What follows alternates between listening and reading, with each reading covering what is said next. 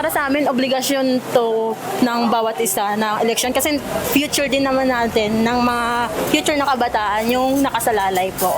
Naghabol makabiyahe ang magkapatid na sina Regina at Rochelle Lobos para makauwi sa kanilang probinsya at makaboto sa darating na midterm election sa Lunes. Kabilang sila sa libo-libong pasaherong dumagsa sa Parañaque Integrated Terminal Exchange o PITX kasabay ng simula ng long weekend. Sa tala ng pamunuan ng PITX, umaabot na ng mahigit 100,000 pasahero ang dumagsa sa terminal alas 2 pa lang ng hapon ngayong araw. Nasa 10 hanggang 15% ang itinaas sa bilang na ito ng mga pasahero kumpara sa mga karaniwang araw.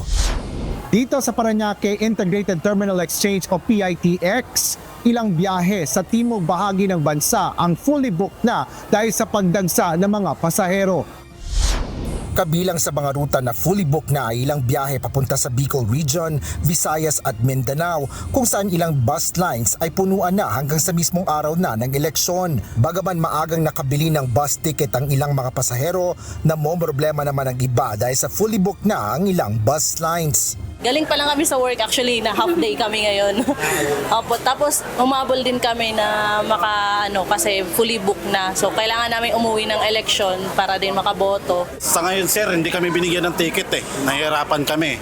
Kaya nagrenta na lang kami ng van.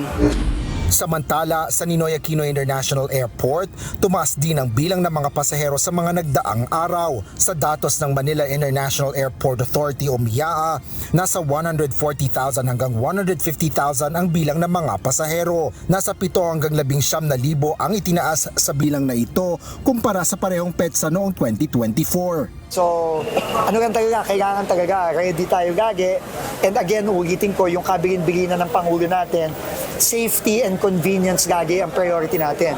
So, yun ang gagawin natin. No? And sa mga kababayan natin, mag-ingat na lang tayo sa biyahe natin. Alam ko, maraming uuwi ngayon para bumoto sa Lunes. So, mag-ingat lang tayo. Inaasahan ng Department of Transportation na mananatili ang dagsa ng mga pasahero hanggang matapos ang eleksyon.